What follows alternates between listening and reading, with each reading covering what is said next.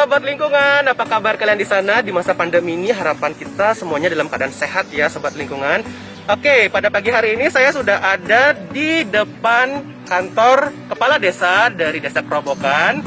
Dan pada kesempatan ini saya ingin tahu kegiatan pengelolaan sampah yang dilakukan di desa ini, karena banyak informasi yang datang dan saya ingin mengkonfirmasi itu informasi itu datang ke desa ini. Jadi tanpa melihat langsung, tanpa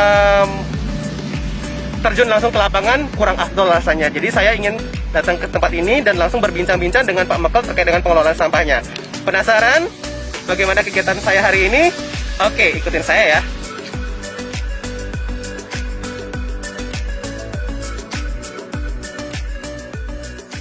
Pagi hari ini saya sudah ada di Desa Kerobokan.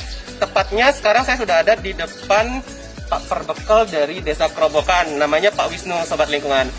Pak Wisnu, selamat pagi, apa kabar Pak? Selamat pagi. Gimana kabarnya di masa pandemi ini Pak? Sehat Pak? Astagfirullah, sehat ya Pak ya? Oke Pak, jadi maksud dan tujuan kita datang ke sini Sobat Lingkungan, jadi saya mendengar bahwa Desa Kerobokan ini pengelolaan sampahnya itu aktif gitu loh Sobat Lingkungan. Jadi katanya TPST-nya juga sudah berjalan dengan optimal. Jadi saya selama ini hanya mendengar katanya gitu. Jadi lebih afdol saya sekarang ingin bertanya langsung kepada Pak Mekel terkait dengan pengelolaan TPST-nya. Mungkin kita ngobrolnya bisa sambil jalan Pak ya? Ya. Oke. Jadi gimana Pak pengelolaan TPST ini sudah mulai dari tahun berapa?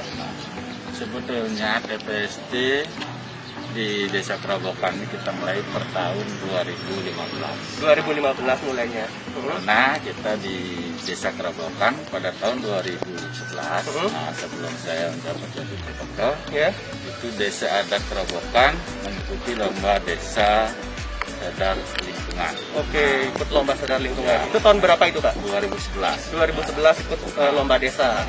Patah juara 1. Juara 1 Pak? Ya. Wih, hebat sih. Juara 1. Diberikan hadiah berupa mesin untuk caca dan mesin pengayah. Oh, jadi hadiah dari lomba itu desanya dapat mesin pencacah dan juga mesin pengayah. Oke. Cuman itu belum dipakai atau belum dimanfaatkan. 2014, setelah saya menjabat, saya mulai rancang untuk pengelolaan TPST. Dan 2014 kita mendapat bantuan 1 unit tempat atau TPS 3R. Oke. Tempatnya. 2014. Terus Jadi pas ya Pak ya, jadi dapat hadiah, kemudian juga itu langsung dapat bangunan juga untuk mengelola sampahnya seperti itu ya. Ya, terus selanjutnya tahun 2015 kita upayakan dulu mengelola sampah masyarakat itu diambil di rumah-rumah. Masing-masing rumah dengan desa itu merekrut tenaga kerja sebanyak 4 orang untuk mengambil sampah dari rumah tangga yang ada di Desa Kerobokan gitu Pak ya. Selanjutnya per 2017 kita mulai mengolah sampah organik menjadi pupuk kompos. Oke. Kira-kira itu dari mulai berlangsungnya TPST mulai itu sudah berapa yang dilayani oleh desa terkait dengan rumah tangganya? Jadi mungkin berapa banjar dinas yang diolah sampahnya di sini? Kita di Kerobokan ada 3 banjar dinas. Nasabah yang dari pengelolaan TPST ini ada 900 lebih kakak yang sudah 900 lebih kakak diambil sampahnya di setiap rumah warga. Oke. Jadi bagaimana kalau kita langsung saja Pak ke TPST-nya untuk melihat prosesnya, bagaimana proses pembuatan pupuknya seperti tadi yang Pak Wisnu bilang, karena sampah-sampah dari Banjardinas itu masuk ke TPST kemudian diolah di sana. Jadi pada intinya kan Desa Kerobokan ini sudah mulai sudah aktif melakukan pengelolaan sampah berbasis sumber gitu ya Pak ya. Dari rumah tangga kemudian desa menangani langsung, mengolah langsung dan juga diaplikasikan. Saya dengar juga pengaplikasiannya juga di kebun gitu Pak ya. Waduh, keren banget ini Sobat Lingkungan. Jadi Pak Wisnu ini juga katanya setelah pupuknya jadi juga diaplikasikan langsung di kebun milik desa gitu. Jadi begitu Pak ya? Ya. Jadi mungkin nanti kita ke TPST-nya dulu, setelah itu mungkin kita ke kebunnya untuk melihat aplikasinya. Boleh nggak Pak? Boleh ya? Boleh. Oke Sobat Lingkungan, jadi kita langsung ke TPS-nya dulu. Oke.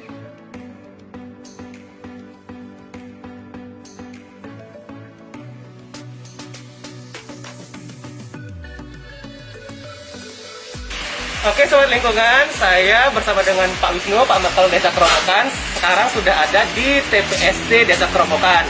Jadi teman-teman Sobat Lingkungan bisa ngelihat juga aktivitas dari teman-teman di sini yang sedang melakukan pengelolaan sampah, yaitu dengan memanfaatkan sampah-sampah dari rumah tangga Pak ya. Kemudian diolah untuk menjadi pupuk. Mungkin Pak Wisnu mungkin bisa sedikit ceritakan di sini itu mungkin berapa pupuk yang diolah, kemudian setelah jadi pupuk itu dibawa kemana gitu Pak? Ini sama kita di 2017 mulai mengolah sampah menjadi pupuk. Nah, terus setelah berjalan kita kendalanya dalam hal pemasaran pupuk. Lalu 2020, nah saya berinisiatif bahwasanya pupuk kita ini bagus dan bisa kita aplikasikan sendiri. Jadi melalui dana desa saya membuat program untuk ketahanan pangan. Ketahanan pangan, jadi kita menggunakan pupuk kita sendiri, kita aplikasikan di tanaman pertanian yang kita miliki. Jadi bagus sekali ya Sobat Lingkungan. Jadi ibaratnya ketika kita sudah menemukan suatu kendala nih, pemasarannya nggak menemukan solusi gitu Pak ya. Jadi luar biasa sekali Sobat Lingkungan. Jadi Pak Kepala Desa ini punya inisiatif bagaimana untuk memajukan desa melalui ketahanan pangannya ya Pak Mekel ya. Jadi kita bisa memproduksi pupuk, kemudian pupuk tersebut diaplikasikan di lahan yang ada di desa untuk kegiatan ketahanan pangan melalui kegiatan pertanian dan sebagainya gitu Pak ya. Kemudian Pak, kira-kira pupuk ini kan sudah jadi nih. Dalam pengelolaan itu berapa sih yang dihasilkan per harinya gitu Pak untuk pupuknya? Untuk pupuk kompos yang kita sudah olah, kita olah menjadi sampah menjadi pupuk, yaitu per 2020 itu kita per bulannya sudah bisa memproduksi pupuk 5 ton. 5 ton per bulan, itu luar biasa sekali Sobat Lingkungan. Jadi banyak sekali itu bersumber dari mana aja sampah-sampahnya itu Pak? Ini dan semua sampah masyarakat yang sudah diambil oleh petugas kita, pungut sampah kita dari desa, kemudian di P3R dipilah, diolah menjadi pupuk. Dari situ aja. Oke. Kalau boleh tahu di sini yang bekerja itu berapa orang Pak? Kalau kita di P3R ini melalui pengelolaan badan usaha milik desa yang kita miliki, kita sudah bisa memperkerjakan 10 orang. Itu orang-orang desa sini Kak ya? Semua desa. Jadi bisa memperkerjakan juga dengan kegiatan pengolahan sampah juga bisa memperkerjakan warga-warga desa di sini untuk mengelola sampah sendiri Pak ya. Jadi ibaratnya apresiasi juga kepada Desa Kerobokan yang dipimpin oleh Pak Mekel ini Sobat Lingkungan, karena kan bagaimanapun juga kita mendukung program pemerintah ya Pak ya. Jadi pengelolaan sampah berbasis sumbernya dari mana ya, dari rumah tangga ya Pak ya, dan juga tentunya Desa Kerobokan itu sendiri. Kemudian selain kegiatan pengelolaan pupuk di sini Pak, apa kegiatan yang sudah dilakukan oleh desa untuk pemanfaatan organiknya? Pemanfaatan pupuk kompos yang kita suntik, saya membuat dari pertanian, ketahanan pangan itu kita sudah mulai menanam satu campur, mulai menanam bawang, padi, dan lainnya. Jadi kita 2021 ini saya di pemerintah desa itu membuat demplok seluas 1 hektar 82 are. Total demplok semuanya 1 hektar 82 are. Luar biasa sekali Sobat Lingkungan. Jadi pupuk yang dihasilkan kemudian diaplikasikan langsung Pak ya. Jadi wujud nyatanya itu seperti itu Sobat Lingkungan. Jadi tidak hanya berhentinya di pupuk saja, tapi juga diaplikasikan di lahan-lahan pertanian milik desa. Dan harapannya juga kita punya keinginan juga desa-desa yang lain bisa seperti desa yang Bapak pimpin gitu Pak ya. Jadi saya kira desa itu juga punya lahan sebenarnya. Kalau kita lihat ya Pak ya, desa itu kan luas seperti jadi. Kalau mungkin bisa menyisihkan mungkin beberapa lahan untuk dijadikan demplot itu luar biasa sekali Pak ya. Dan juga saya dengar kalau misalkan di sini selain pupuk juga membuat ekoenzim, betul nggak Pak? Ekoenzim. Itu gimana itu? Bisa diceritakan nggak ekoenzim itu?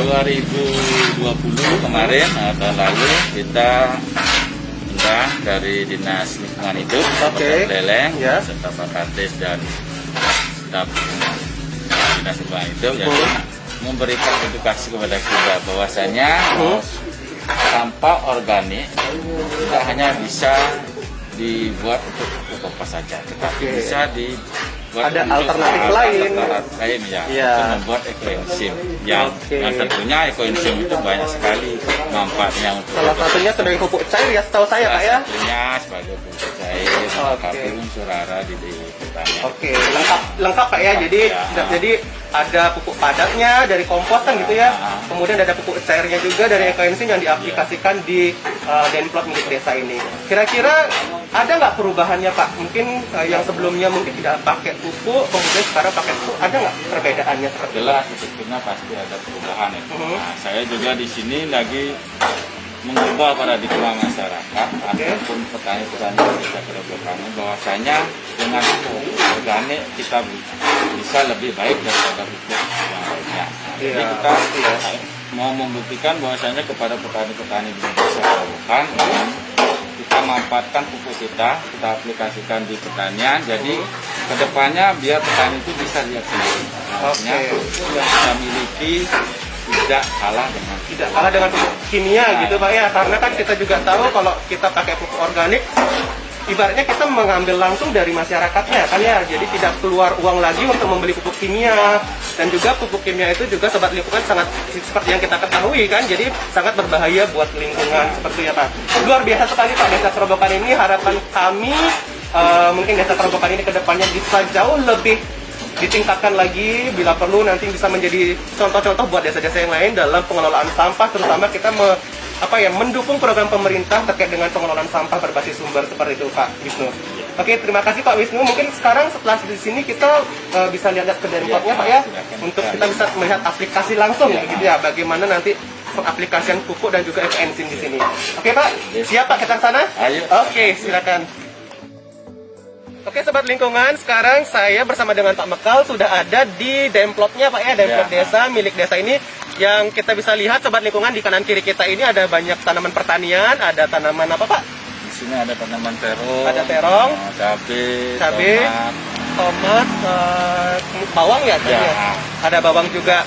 Ya, jadi sambil hujan-hujan nih nggak apa-apa Pak ya. Jadi kita pengen saking penasarannya pengen melihat aplikasi langsung dari Pak Mekal ini, bagus sekali. Jadi kita perlu apresiasi sobat lingkungan. Di sini desanya sudah punya Denplot, dan juga nanti kita akan lihat bagaimana dari tenaganya Pak Mekal ini untuk mengaplikasikan yaitu penyiraman ekoenzim juga, dan juga ininya pupuknya Pak ya. Untuk melihat langsung bagaimana nanti untuk meningkatkan produktivitas, karena di sini kita ketahui yang organik itu lebih diutamakan daripada yang kimianya. Oke, Pak Mekal mungkin juga bisa dikasih tahu kita kira-kira setelah mengaplikasikan ini ada nggak mungkin ada peningkatan panennya atau seperti apa Pak? Tentunya kita kalau pertanian organik itu jelas umur tanaman akan lebih tua. Umur tanamannya lebih panjang gitu ya. Dan hasilnya pun jelas dari buah dan ataupun sayuran itu jelas lebih bergizi daripada pertanian yang menggunakan pupuk kimia. Oke, jadi kita juga lebih ngirit Pak ya. Jadi sampahnya dari rumah tangga diambil, diolah di desa, di TPS yang tadi sudah kita kesana, kemudian diaplikasikan di Denplot milik desa ini. Jadi hasilnya ini juga untuk masyarakat juga kan gitu ya Pak ya. Dan untuk katanya juga untuk PAD gitu Pak ya. Jelas pendapatan nanti dari lahan pertanian kita ini akan menjadi PAD ke desa. Oke, sangat inspiratif sekali sobat lingkungan. Jadi harapannya desa bisa meniru seperti apa yang sudah dilakukan Pak Mekal. Jadi ada tambahan buat desa sendiri Pak ya, dari PAD itu untuk pengelolaan yang lebih membuat desa itu lebih maju lagi. Oke Pak Mekal, sekian dari saya sangat apresiasi sekali terhadap usahanya Pak Mekal selama ini terkait dengan kepeduliannya terhadap lingkungan, terutama dengan pengelolaan sampahnya. Baik sobat lingkungan, itulah tadi bincang-bincang kita bersama Pak Mekal di sekitar Denplot ini, walaupun keadaannya gerimis, jadi kita tetap semangat Pak ya. Jadi ini tujuannya untuk menginspirasi semua sobat lingkungan yang ada di situ. Baik, saya sekian bincang-bincang kami bersama dengan Pak Mekal, Pak Wisnu, terima kasih atas waktunya. Jadi nanti mungkin kedepannya kalau misalnya kita ada waktu kita main kesini lagi Pak ya. Oke. Nanti lihat tanaman yang lain. Oke, nanti kita bisa kunjung-kunjung ke tanaman yang lain gitu Pak ya. Oke, sekian dari saya sobat lingkungan. Terima kasih atas perhatian Anda, dan saya bersama dengan tim yang bertugas hari ini mohon undur diri. Sampai jumpa.